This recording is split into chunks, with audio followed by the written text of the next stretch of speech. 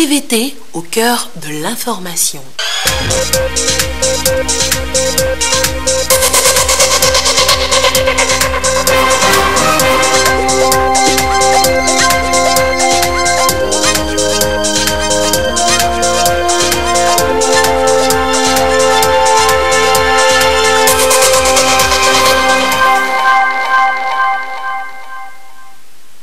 Il est l'heure du journal sur la télévision togolaise. Madame, Monsieur, bonsoir. Et voici les titres de cette édition.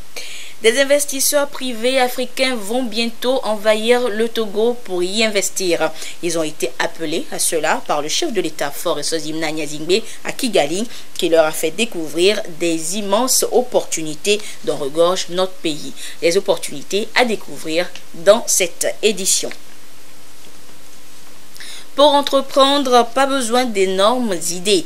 Des secteurs insoupçonnés sont de nos jours porteurs, lesquels vous les saurez en restant avec nous dans ce journal.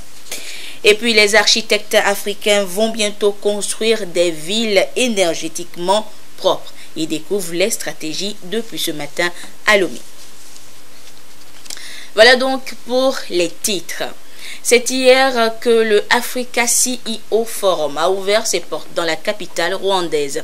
Et dès l'entame, le chef de l'État Faure Eswazimna Nyazingbe a lancé un appel aux opérateurs économiques présents à venir investir au Togo. Comme appât, il leur a présenté le PND, le Plan National de Développement. Je vous propose d'écouter une fois encore le chef de l'État, c'était hier à Kigali. Je voudrais d'abord féliciter nos amis du groupe Jeune Afrique pour avoir eu cette initiative d'organiser l'African CEO Forum. C'est vrai qu'avant cela, il n'y avait pas vraiment de cadre réservé au secteur privé africain à ce niveau où les chefs d'État peuvent venir pour s'adresser. Parce que je crois fermement que l'Afrique est dynamique et que c'est une terre d'opportunités. C'est vrai qu'elle est diverse, ce sont 54 pays, et quand on ne la connaît pas, on a l'impression qu'elle est complexe.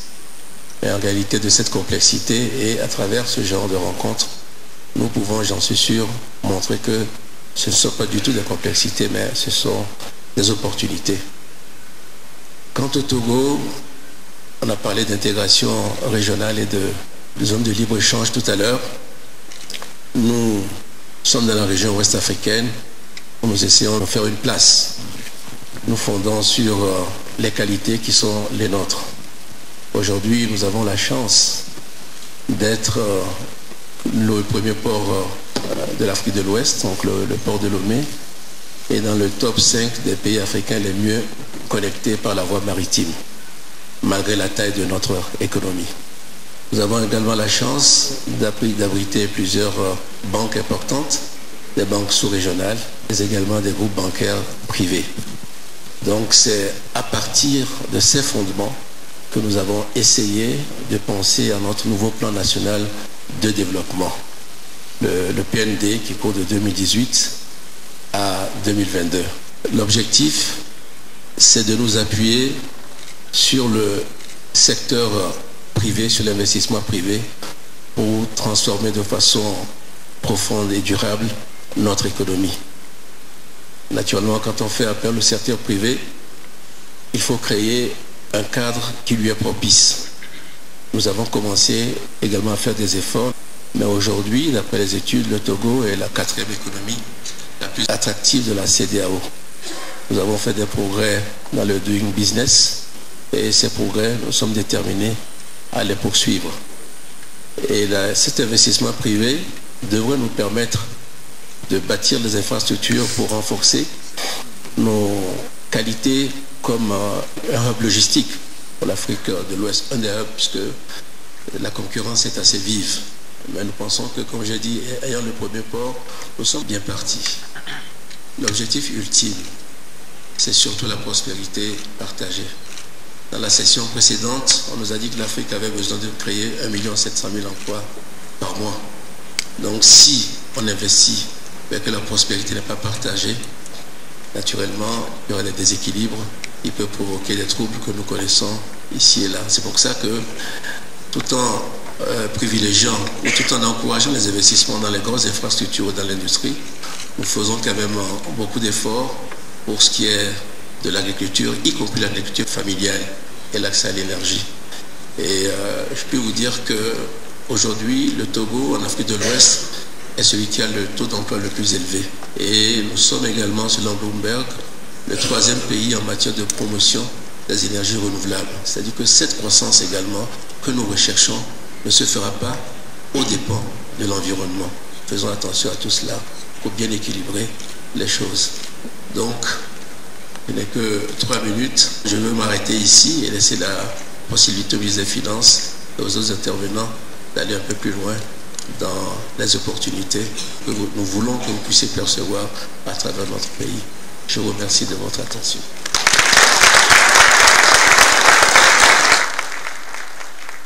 Et ce rendez-vous panafricain du secteur privé a pris fin ce mardi. Et ce qu'on retiendra, c'est que le Togo y a été bien visible grâce au PND, Plan National de Développement, mais également grâce aux différentes potentialités présentées aux hommes d'affaires par le chef de l'État, mais également la délégation qui l'accompagne. D'abord, les potentialités présentées par le chef de l'État dans ce résumé des travaux avec Adolphe Paka.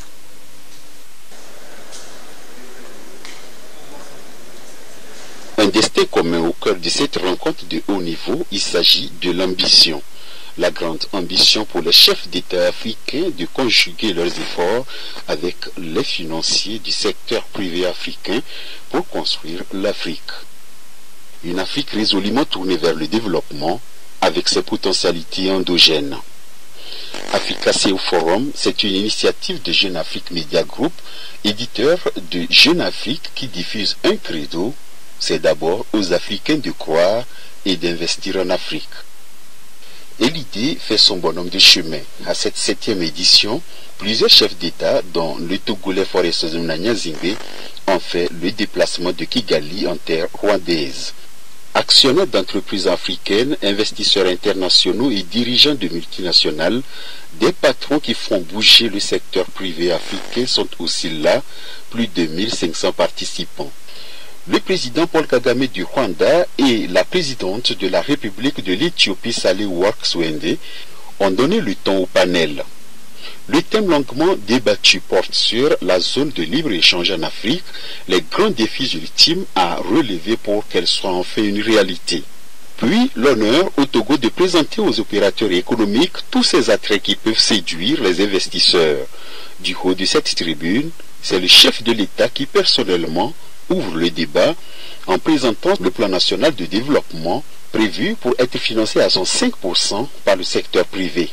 Une Afrique intégrée pour le commerce, le libre-échange, l'économie et l'emploi pour la jeunesse, c'est la grande ambition pour la construction de l'Afrique et cela ne peut se faire sans eux, tous ceux qui sont à ce grand rendez-vous ici à Kigali. Et des opportunités d'affaires, le Togo en regorge et les hommes d'affaires présents aussi au forum ont été séduits. Les membres de la délégation présidentielle ne se sont pas fait prier. Ils ont étalé les potentialités du Togo devant ces milliers, ces centaines d'hommes d'affaires réunis donc dans la capitale rwandaise. Le compte rendu avec Adolphe Paka depuis Kigali. Le Togo sont énormes. Et en 7 minutes, le ministre de l'économie et des finances a présenté un tableau résumé et succinct des différents aspects. On a parlé donc d'abord de la stabilité politique et la stabilité aussi au niveau sécuritaire du pays.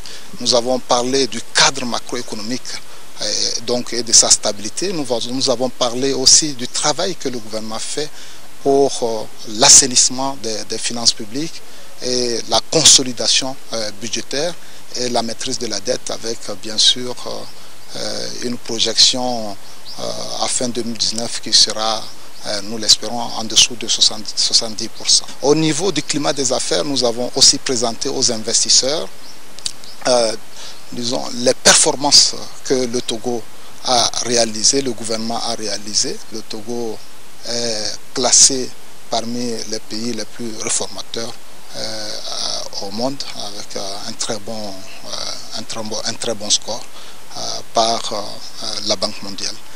Cette présentation, suivie de panels sur le Invest in Togo, a séduit les opérateurs économiques privés qui ont eu aussi l'occasion de poser des questions et de trouver satisfaction. Le Togo a engagé des réformes très intéressantes en matière fiscale, la baisse de réduction de l'impôt sur les sociétés, donc c'est très attractif. Ce qui nous fait croire que les investisseurs ont été charmés ou en tout cas ont été convaincus, c'est d'abord l'intérêt que la salle a manifesté, une très grande salle qui était totalement pleine. Nous avons aussi noté l'intérêt à travers les réactions, les questions qui ont été posées.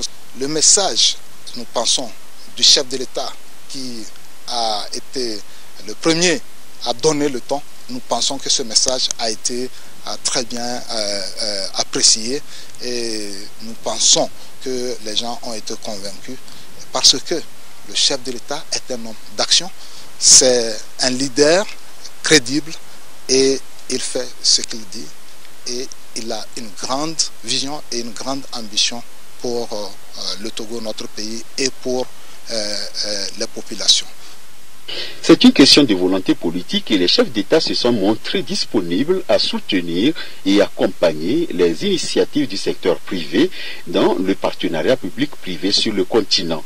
L'honneur revenait alors au président de la République togolaise de réitérer ses engagements aux organisateurs et sa gratitude au monde des opérateurs économiques.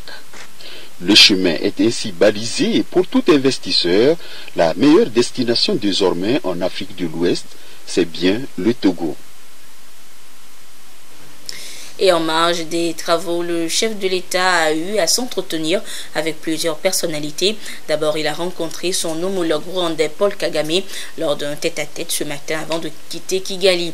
Les deux hommes d'État qui partagent une vision commune pour leurs pays respectifs ont échangé sur les relations bilatérales. Le Rwanda et le Togo, vous le savez, sont classés les deux meilleurs pays réformateurs en Afrique. Il est question de développement et de sécurité sur le continent ont été également évoqués. Aussi, les deux chefs d'État se sont félicités de la bonne tenue de ce rendez-vous continental entre décideurs et investisseurs du secteur privé.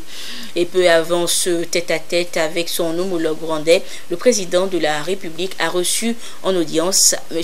Alex Eredi. Il est à la tête d'une équipe spécialisée dans la fabrication de pavés, une équipe invitée donc à venir investir au Togo. Nous écoutons le responsable de cette société. C'était un honneur, on a rencontré son Excellence et c'était vraiment intéressant d'entendre toutes ces remarques sur notre pavement ou la technologie des pavements qu'on crée au Rwanda parce qu'il a eu l'occasion de voir nos pavements à une district à Box House et pour nous c'était vraiment un honneur. Il nous a dit bien qu'il va parler avec le délégué et un de ces jours il nous invitera au Togo pour montrer notre technologie.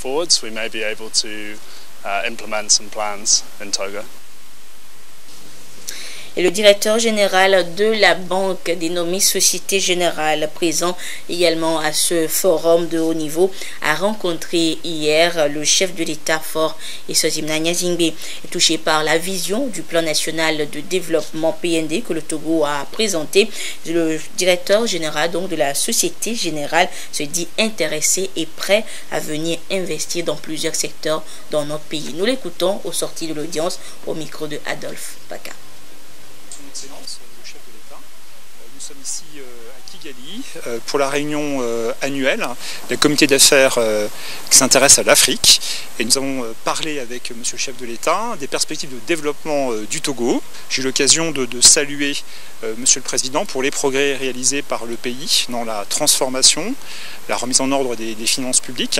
Et nous avons évoqué des projets de développement très concrets dans le domaine des infrastructures, dans le domaine du financement des PME.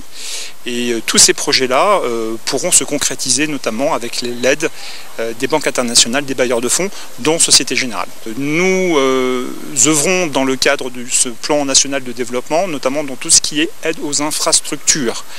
Donc tout ce qui peut permettre notamment de développer des ports, de développer des routes, toute autre infrastructure énergétique notamment, peut trouver de la part des investisseurs internationaux, notamment une banque comme la Société Générale, des financements pour mener à bien ces projets. Et le chef de l'État a multiplié donc les rencontres avec les opérateurs économiques hier à Kigali. Et en fin de journée, il a rencontré le directeur général de l'Africa 50, Alain Obobissé. Et l'objectif est toujours le même, l'appeler à venir investir dans des domaines concrets au Togo. Nous écoutons le directeur général de l'Africa 50.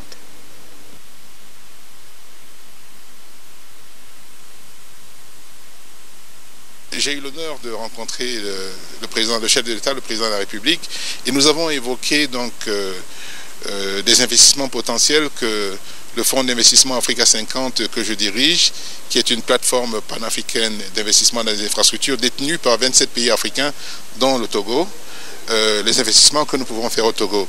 Et nous avons évoqué un certain nombre de projets. J'ai beaucoup apprécié l'engagement du chef de l'État qui nous a demandé de réfléchir, de mettre en œuvre certains projets assez rapidement. Nous avons ciblé les secteurs, c'est les infrastructures en général, mais c'est les secteurs énergie et transport essentiellement que nous avons ciblés et nous espérons que nous allons pouvoir mettre en œuvre ces projets dans les meilleurs délais. Le chef de l'État, il a une vision, il souhaite que les projets se fassent assez rapidement et c'est cette volonté que j'ai appréciée. Et nous allons soutenir cette action dans les domaines qui sont les domaines d'Africa 50, dans les projets que nous avons évoqués. Mais nous pensons que nous avons le soutien du chef de l'État pour travailler sur ces projets-là et nous allons le faire. Et le responsable de la société AFC, spécialisée dans l'énergie, les transports logistiques et bien d'autres secteurs, est allé discuter donc des secteurs à identifier, les secteurs dans lesquels il pourra investir au Togo. Et il en a discuté justement avec le chef de l'État Faure Esozim Nanyazingbe hier, toujours dans la capitale rwandaise. Togo recently became a member of Africa Finance Corporation. J'ai rencontré le président du Togo à l'honneur du fait qu'ils ont rejoint AFC en tant que un pays membre. C'est le numéro 20 qui a rejoint AFC. Et aussi, c'était aussi de lui dire les secteurs dans lesquels AFC est impliqué, qui sont le secteur de l'énergie, transportation et logistique, des ressources naturelles, tout ce qui est mining, le pétrole, et aussi le secteur des industries lourdes et télécom. Donc l'engagement avec son Excellence aujourd'hui, c'était de pouvoir identifier les secteurs dans lesquels AFC pourrait être impliqué au Togo. On est déjà impliqué dans le secteur de l'énergie et on espère pouvoir expandre nos activités. So we invest in power.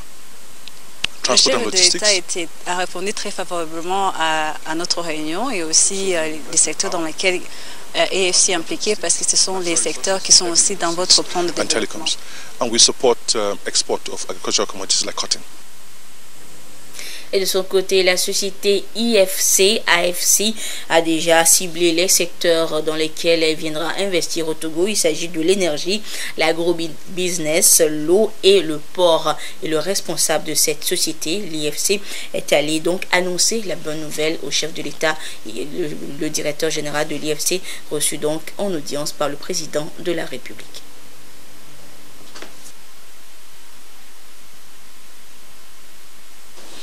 Il a été question de la coopération avec la SFI, donc l'organisation que je dirige, et le chef de l'État.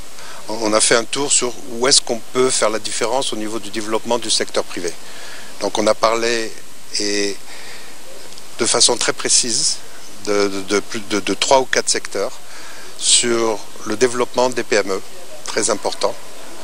Donc on va travailler ensemble à travers le secteur financier local, le développement du secteur privé. Non seulement au niveau finance, mais aussi capacité. Ça c'est 1. 2, on a parlé du développement, là aussi du côté privé, de production d'électricité solaire. Mais des solaires qui sont des petits grids qui ne sont pas liés au grid national. Donc c'est un peu compliqué et on va revoir le plan ensemble avec un œil, qu'est-ce qui est bancable, qu'est-ce qui peut être fait par le secteur privé. Donc minimiser le coût pour l'État et la dette souveraine. Donc ça, c'est un deuxième secteur très important. L'électricité, c'est clé. Le côté agri-business, qu'est-ce qu'on peut faire pour développer le secteur? Et là, le ministre de l'Agriculture a fait une excellente présentation. Mais maintenant, c'est OK, qu'est-ce que ça veut dire? Donc on va suivre aussi sur ce secteur. Et finalement, on a parlé deux autres secteurs. Un avec lequel on va travailler avec le gouvernement et nos amis, et donc, on fait partie du groupe de la Banque mondiale, donc avec nos collègues de la Banque mondiale, pour réfléchir à une vraie stratégie du secteur ICT, de l'infrastructure, mais aussi des applications. Parce que c'est bien de mettre de la fibre, mais qu'est-ce qu'on en fait après? Donc avoir, et là le président était très clair là-dessus, c'est avoir aussi un œil privé, pas seulement public mais aussi privé. Donc on va travailler ensemble avec le gouvernement et la Banque mondiale pour avoir ce plan, et ça sur la technologie, les nouvelles technologies. Et finalement on a parlé de l'eau. Qu'est-ce qu'on peut faire pour l'eau potable? Et on a des solutions, mais là il faut qu'on suive à Lomé pour être sûr qu'on peut trouver une structuration qui est bancable et en même temps sociale. Ce qui n'est pas facile, donc on appelle ça blended finance, c'est une partie commerciale et une partie privée pour rendre l'eau available et aussi de façon abordable en matière de prix. Monsieur le Président est très clair, c'est demain, c'est pas dans 10 ans, et moi aussi je suis très pressé. Donc on a 2 hommes pressés et on va augmenter notre staff de la SFI à Lomé et on va commencer dès demain à travailler. On a déjà travaillé, on a fait beaucoup de choses ensemble, y compris des projets structurants comme le port, qui maintenant est un atout pour le pays, qui permettra d'évacuer beaucoup, pour la région, d'évacuer beaucoup au niveau importation et exportation. Et je pense que c'est quelque chose qu'on a fait, qui était un grand succès. Mais maintenant, on veut répliquer du port. Qu'est-ce qu'on peut faire ensemble dans la ICT? Qu'est-ce qu'on peut faire ensemble dans les PME, dans l'agribusiness et dans l'eau? Alors, je ne sais pas jusqu'où on pourra y aller, mais on va y aller, on va mettre tout ce qu'on peut. On n'a pas de limite. La seule limite, c'est est-ce qu'on est capable de structurer ces projets bancables? Voilà donc ce qu'il faudra retenir du séjour du chef de l'État à Kigali et sa participation donc à la 7e édition de l'Africa CEO Forum. Et les opérateurs économiques du secteur privé de Sokodé, dans la région centrale, mettront également la main à la pâte pour soutenir le PND. D'abord, ils sont appelés à gagner des financements de leurs différents projets lors du prochain forum Togo-UE. Le compte rendu avec Lamarck Podjon. Le secteur privé se mobilise pour la réussite du premier forum économique Togo-Union européenne qui se prépare pour le mois de juin. La Chambre de commerce et d'industrie du Togo, CCIT, s'investit dans cette mobilisation par une tournée pour sensibiliser les opérateurs économiques sur la tenue de cet important événement. C'est une rencontre de sensibilisation aux opérateurs économiques de la région centrale, pour leur dire combien de fois le gouvernement a voulu que le partenariat public-privé soit de mise à travers l'organisation d'un forum Togo-Union européenne. Et le thème principal, bâtir des relations économiques pérennes entre l'Union européenne et le Togo, et en vue de créer la croissance durable. La rencontre avait également pour but de susciter l'implication des opérateurs économiques de la région dans la mise en œuvre du PND, Plan national de développement, lancé le 4 mars par le chef de l'État. Le gouvernant ou nos gouvernants voudraient que nous puissions être plus dynamiques, plus sereins dans notre secteur privé, parce que c'est de ça qu'il s'agit. Il s'agit de créer de la richesse, et pour créer cette richesse, c'est nous, opérateurs économiques, qui sommes les acteurs. Donc nous saisissons cette opportunité pour dire merci au président de la République, son Excellence Faure Gnassingbé, pour avoir initié ce forum et en même temps initié le plan national de développement, car c'est donc pour nous une émulation. L'État crée le chemin nécessaire pour faire grandir le secteur privé togolais. Et nous devons répondre présent à toutes ces initiatives et pouvoir dire que nous sommes dans notre profession d'opérateurs économiques, qu'on n'a pas droit à l'erreur. Les travaux de la séance ont été marqués par une présentation succincte des objectifs du premier forum inédit Togo-Union européenne, suivi de celle du PND et des différents projets phares pour lesquels l'État sollicite la participation du secteur privé. Et pour être son propre employeur, pas besoin d'idées extraordinaires. Des jeunes du Togo et du Ghana sont initiés aux techniques de perlage, maquillage et informatique. Des métiers qu'on dirait dérisoires mais porteurs de nos jours. Ramdan Bassina pour des précisions. De plus en plus de jeunes s'intéressent à l'entrepreneuriat, mais nombre d'entre eux ne connaissent ni les rouages ni les services indiqués. Dans son projet de formation des jeunes africains, Youth and Women Empowerment Programme, en collaboration avec le FAEJ, forme une centaine de jeunes venus du Togo et du Ghana. Il sera question d'identifier les compétences, favoriser la complémentarité et leur insertion socio-professionnelle. Et pour ce faire, ils seront formés en informatique, maquillage et perlage. Ça va m'aider dans beaucoup de choses, puisque à d'apprendre là-bas, à faire de make-up là, ce n'est pas encore développé comme ça. Donc, je veux vraiment me donner à fond pour pouvoir aussi partager ma connaissance à d'autres personnes. Ces jeunes en quête d'insertion vont devoir faire preuve de détermination. Le FAEJ se propose alors de sélectionner les 20 meilleurs. Ceux-ci bénéficieront de subventions de démarrage et formés en technique de création d'emplois et d'élaboration des plans d'affaires. La semaine passée, on était au Ghana et on a fait une formation à 230 participants. Donc, ils ont été tous certifiés. Et après ça, nous sommes venus ici pour faire la formation au Togo aussi. Ce qui m'a motivé à faire cette formation, c'est que j'ai remarqué qu'il y a beaucoup de personnes qui veulent changer leur vie mais qui n'ont pas les moyens. Il faut avoir une activité parallèle, donc surtout pour les femmes. Donc c'est une formation de 4 jours à l'intention des jeunes africains et africaines. C'est une formation totalement gratuite. Youth and Women Empowerment Programme s'engage à œuvrer aux côtés du gouvernement pour une jeunesse déterminée à sortir de la pauvreté et à œuvrer pour le développement de la nation. Les dirigeants africains veulent des villes énergétiquement propres pour le futur. Mais comment cela se réalisera-t-il? Grâce aux architectes et urbanistes. Et depuis ce matin, ils s'imprègnent des préoccupations de la transition énergétique. Des précisions avec Chazanam Baga. La problématique de la transition énergétique dans les villes africaines fut le conducteur de cette session de formation. Il s'agit d'amener les décideurs et professionnels du secteur de l'aménagement urbain, de la construction ainsi que du bâtiment à mettre en œuvre le nouvel agenda urbain qui consacre la maîtrise énergétique. Jusqu'à présent, nous reposons beaucoup sur l'énergie qui diminue chaque jour, la climatisation et l'électricité qui vient des sources motrices.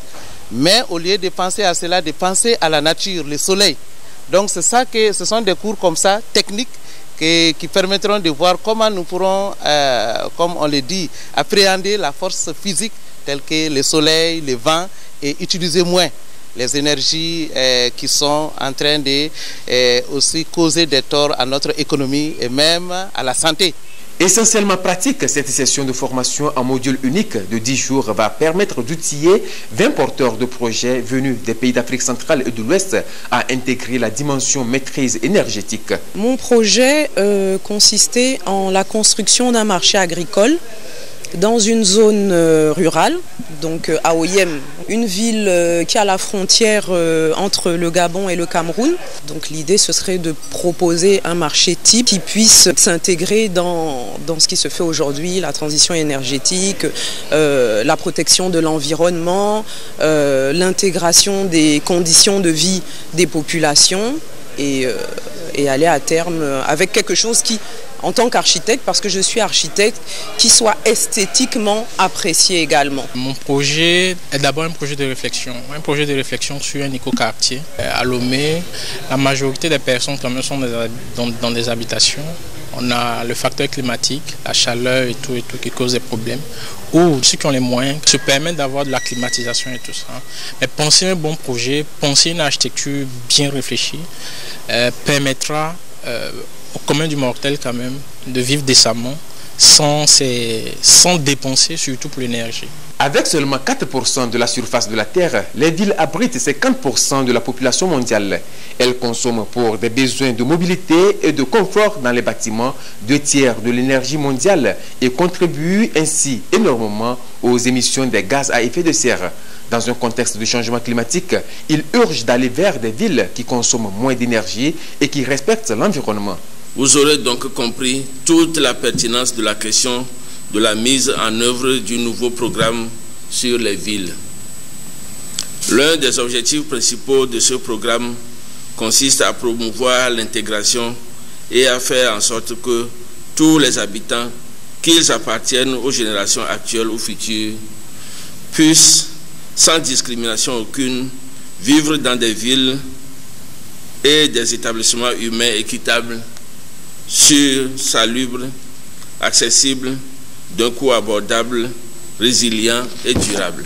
Il me semble que c'est dans ce cadre qu'il convient de situer la présente rencontre, dont le principal enjeu est de développer chez les décideurs et les professionnels du secteur de l'aménagement urbain, de la construction et du bâtiment concernés par cette thématique une bonne maîtrise des défis à relever, ainsi que des stratégies et actions à mettre en œuvre pour un développement durable.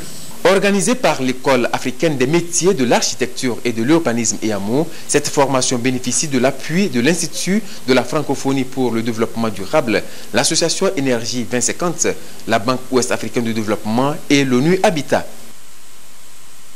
Et le secteur privé est appelé à s'intéresser et promouvoir le secteur de l'énergie au Togo. Et oui, selon une étude, ce secteur serait inexploré et pourtant il regorgerait de plusieurs atouts pour les opérateurs économiques. Les détails avec Carmen Maggi à Capo. Le Togo fonde ses espoirs sur le secteur de l'énergie pour réussir à son développement. Selon les objectifs fixés à ce secteur dans le plan national de développement PND, le pays devrait atteindre 100% du taux d'électrification d'ici à 2030. Des dispositions sont donc prises à tous les niveaux pour réussir le pari et le secteur privé est mis à contribution. Le ministère en charge de l'énergie a commandité une étude pour la cause en vue d'évaluer les forces et les faiblesses du secteur privé dans le domaine de l'énergie. Les résultats sont ici présentés aux opérateurs économiques. Nous avons intégré dans nos études le secteur privé et nous avons trouvé que ce secteur privé devra avoir une certaine capacité pour pouvoir apporter sa pierre dans ce que nous voulons arriver comme résultat. L'étude réalisée par Energy Generation met en relief toutes les chaînes de valeur du secteur de l'électricité au Togo. Il est nécessaire aujourd'hui de vraiment renforcer le cadre réglementaire et surtout le cadre opérationnel pour la mise en place de ce type de projet. Il y a déjà eu des lois qui ont été passées en début d'année dans ce sens, mais nous avons complété les recommandations qui ont été faites à travers des entretiens que nous avons eus avec les différents acteurs du secteur, donc aussi bien publics que privés. Ensuite, nous avons abordé la question des systèmes décentralisé, donc hors réseau. On aura un saut technologique qui permettra de passer des réseaux traditionnels vers des réseaux plus décentralisés et plus autonomes. Cette étude est financée par l'Union européenne pour le compte du programme d'appui au secteur de l'énergie au Togo, PACET. Nous pensons que dans un pays comme le Togo, le secteur privé a un rôle important à jouer Et nous avons constaté que beaucoup d'entreprises togolaises ont un fort intérêt dans le secteur de l'énergie, mais n'arrivaient pas à déployer tout leur potentiel. C'est pour ça que nous avons décidé ensemble de faire une étude approfondie, adressée au secteur privé, faite de façon participative, pour permettre au secteur privé d'exprimer ses opinions, ses avis. L'ensemble des structures impliquées sont donc invitées à travailler en synergie et à prendre toutes les dispositions pour relever les défis qui entravent l'accès universel à l'énergie et atteindre un mix énergétique durable, incluant les énergies renouvelables dont le potentiel est peu exploité. Des prothèses de 3e génération ou des prothèses 3D et la télé-réadaptation, voilà ce qu'a permis de réaliser le projet 3D de Humanité Inclusion en Afrique de l'Ouest lancé depuis 2017. Aujourd'hui, le projet prend fin et l'heure est au bilan. Les précisions avec Tabitha Akapo. Voici les équipements qui permettront désormais d'imprimer les orthèses en 3D pour les personnes handicapées. Après 18 mois, la phase pilote du projet 3D qui prend en compte le Togo, le Mali et le Niger est à sa fin. C'était un projet pilote sur les nouvelles technologies, essentiellement sur l'impression 3D des orthèses. Nous avons pu identifier 96 patients qui ont testé cette nouvelle technologie sur l'impression 3D d'orthèses pour des patients dans 4 centres de réadaptation, donc Bamako, Niamey, Lomé et Dapahong. Donc c'est déjà une première réussite puisqu'on ne pensait pas atteindre autant de patients, puisque les patients ont été évalués sur le port d'une orthèse 3D en comparaison avec le port d'une orthèse conventionnelle, de fabrication conventionnelle réalisée par les orthoprothésistes. Ce projet a beaucoup apporté en matière de technologie au Togo, selon les responsables de l'Organisation africaine pour le développement des centres pour personnes handicapées. Il faut donc capitaliser les acquis. Aujourd'hui, nous avons des techniciens qui maîtrisent tout au moins le processus en ce qui concerne les impressions 3D, la rectification. Je crois que c'est vraiment un plus. Grâce à la télé-réadaptation, c'est-à-dire par vidéo, nous n'avons pas nécessairement besoin d'aller sur le terrain pour appareiller. Et déjà, les techniciens sur le terrain là-bas ont été formés sur l'utilisation des scanners. Donc, il suffit qu'ils fassent des scans, qu'il envoie par connexion Internet à l'OADCPH, qui récupère, qui traite, qui imprime et renvoie. Par vidéoconférence, on peut faire les ICH et appareiller les patients. Le Togo devient ainsi une référence dans la production d'appareillage 3D et de télé-réadaptation des personnes handicapées dans la sous-région. Remercier l'électorat pour sa mobilisation lors des législatives du 20 décembre pour pouvoir compter encore une fois sur lui lors des prochaines échéances. Telle est la mission donc des députés du parti Union pour la République en tournée de remerciements à travers le pays. L'étape de Saint-Cassé et de l'Est Mono avec nos correspondants Désiré Aloï et Silver Abdou.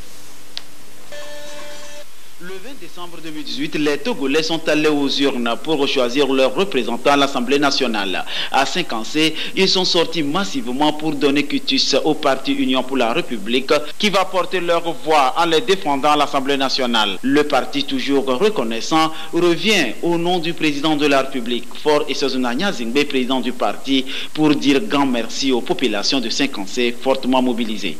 Aujourd'hui, nous, la population de Saint-Cassé, nous sommes très contentes de recevoir les délégations venues pour les remerciements. Toute la population de Saint-Cassé, surtout nous, les femmes de Saint-Cassé, nous comptons beaucoup sur lui. Nous avons demandé au cadre d'Uni de dire au chef de l'État que toute la population de Saint-Cassé est toujours derrière lui. Pour ces grands travaux qu'il nous fait à Saint-Cassé ici, bientôt il y aura un POC sec à Saint-Cassé ici. Tous les jeunes vont trouver du travail à faire. Les cadres unirent grand tonne ensemble pour livrer le message de paix et de développement du président Faure qui a placé le pays sur l'orbite de l'émergence. Nous sommes venus à 2 titres. Le premier, c'est de dire merci, merci et merci à la population et surtout de transmettre les félicitations du chef de l'État la population a voté à 95,75% pour notre grand parti uni. Et pour dire oui et merci à la politique de son Excellence, le président Faure Essosimna Gnassingbé. Le message important que la population de la préfecture de Cinquancé nous a livré à l'endroit de notre grand parti UNIR, c'est qu'elle est prête à soutenir massivement et à voter massivement pour notre grand parti UNIR aux prochaines élections locales et surtout aux présidentielles de 2020. Qu'elles sont derrière notre grand parti UNIR, qu'elles sont derrière et d'accord pour la mise en œuvre et le déroulement des actions contenues dans le plan national de développement PND. Dans la foulée, une remise de jets de maillot à l'équipe de football de la ville de Cinquancé. Une rencontre précédée d'une gigantesque caravane populaire à travers les artères de la ville pour exprimer une satisfaction, une adhésion aux idéaux du parti UNIR, au programme multiforme de consolidation de la démocratie, la cohésion sociale, la culture de la paix, le vivre ensemble, facteur d'un développement global. Ils expriment à travers cette tournée de remerciements la gratitude du parti UNIR aux populations de Badin dans l'Est Mono qui ont massivement voté la liste UNIR lors des législatives dernières. Un message apporté par les députés de la circonscription électorale de l'Est Mono, accompagné d'une délégation des cadres de l'OGU conduite par le ministre Ola Doukoun. La tournée consiste à exprimer la reconnaissance du chef de l'État aux militants et militantes et surtout les appeler à s'engager davantage à soutenir le parti pour les prochaines échéances électorales, notamment les locales et la présidentielle de 2020. Que nous retirons encore notre engagement au parti uni et au chef de l'État, son excellence Faure Essosimna Gnassingbé, que nous sommes toujours prêts devant lui, car nous avons devant nous les échéances locales et 2020 c'est maintenant. Nous vous promettons donner plus. Sur les 3 sièges, 2 ont été remportés par le parti UNIR grâce au suffrage exprimé par les militants et militantes, un engagement qui témoigne de leur adhésion à la vision du chef de l'État, président du parti. Le ministre Ola Doukoun a donc salué ce dévouement, surtout des chefs traditionnels qui ont joué un rôle d'avant-garde. Il s'agit en fait d'un message de paix. Un message de paix que nous avons transmis aux populations parce que le processus électoral qui a conduit aux élections législatives du 20 décembre 2018 n'a pas été émaillé d'incidents, ce qui est très appréciable. Cette tournée leur a également permis de rendre grâce à Dieu à travers cette messe et culte célébrés respectivement au sanctuaire de la miséricorde divine de Poguedje et à l'église baptiste évangélique de Moritan. Une action de grâce destinée à prier pour la paix au Togo. Nous avons communié avec les fidèles pour rendre grâce à Dieu pour ses bienfaits, les bienfaits de protection, les bienfaits de stabilité, les bienfaits de paix que le Seigneur lui-même a voulu manifester sur ce pays. La population a été appelée à rester toujours mobilisée derrière les idéaux du chef de l'État et à être attentive à son programme de développement. Le ministre a rassuré les uns et les autres de l'accompagnement du gouvernement en ce qui concerne les appuis à apporter en matière d'infrastructures sociaux de base pour améliorer le minimum vital commun des populations. Octogone, c'est une nouvelle société qui s'installe sur le continent africain et elle vient d'ouvrir une agence au Togo pour offrir ses prestations au public. Yves Agbeivi nous amène à la découverte de cette agence de communication. Ce sont des produits made in France, des produits haut de gamme, cuisinés en Allemagne et ventilés dans le monde depuis il y a 29 ans, sauf en Afrique. La société Octogone veut désormais conquérir le marché du continent noir et son point d'emprise, c'est ici, cette agence de communication à Léo 2000 à Lomé. La société a ouvert ses portes ce 22 mars 2019 au public loméen. Elle a présenté ses offres, des produits qui vont des t-shirts au parapluie en passant par des accessoires informatiques. On a des choses comme des clés USB, on a des tapis de souris, qui nous permet donc, quand on est au bureau, de pouvoir travailler avec notre souris, et en même temps on a notre logo, le logo du client sur notre bureau. On fait des choses aussi comme des parapluies, des t-shirts, des casquettes 100% coton. On a nos usines qui sont à 20 km de Mulhouse, c'est à Hagen, en Allemagne. Mais vraiment de A à Z, tout est fait sur place. On a aussi une partie électronique qui vient d'Asie, avec un bureau commercial contrôle qualité qui est basé à Shenzhen, qui nous contrôle tous les produits avant que ça arrive en Europe, ou aujourd'hui que ça arrive au Togo. La société Octogone a reçu la certification 9001-2008 pour ses produits dont les prix sont fixés suivant le pouvoir d'achat des Togolais. Nous, l'idée est d'amener des choses de qualité. C'est vraiment notre souhait premier, c'est d'apporter en Afrique des produits qui ont des normes européennes, qui ont des normes qui respectent l'environnement, qui respectent aussi la santé des gens. Ça veut dire que les composants, que ce soit les composants, les matières qui sont utilisées, c'est des matières qui sont pas nocifs, spécialement pour tout ce qui est textile. Vous cherchez à avoir des produits normés de très bonne qualité, venez chez Octogone, parce que nous, les certificats, on les a. Il y a pour toutes les bourses. S'il y a des petits budgets, on a pour les petits budgets. On a aussi pour les gros budgets. Pour les grosses entreprises, on fait pour tout. On est une agence de communication. Vous avez des besoins, vous venez nous voir. Nous, on est là pour vous. J'ai trouvé la présentation très bonne. Et j'ai trouvé les produits aussi très intéressants, surtout par rapport à la qualité. Spécialisée dans la communication par objet dit accessoires malins selon le PDG de Octogone France, la société Octogone a été fondée en 1989. Elle est présente en France, en Allemagne et en Chine. Par l'ouverture de cette agence de communication à Lomé, elle a ainsi fait son entrée sur le continent africain. Et voilà, ainsi se referme cette édition quelque peu longue, actualité oblige. Merci de votre fidélité à la télévision togolaise et merci à tous ceux qui nous ont suivis du côté de Paris, en France. Excellente suite de nos programmes. Au revoir.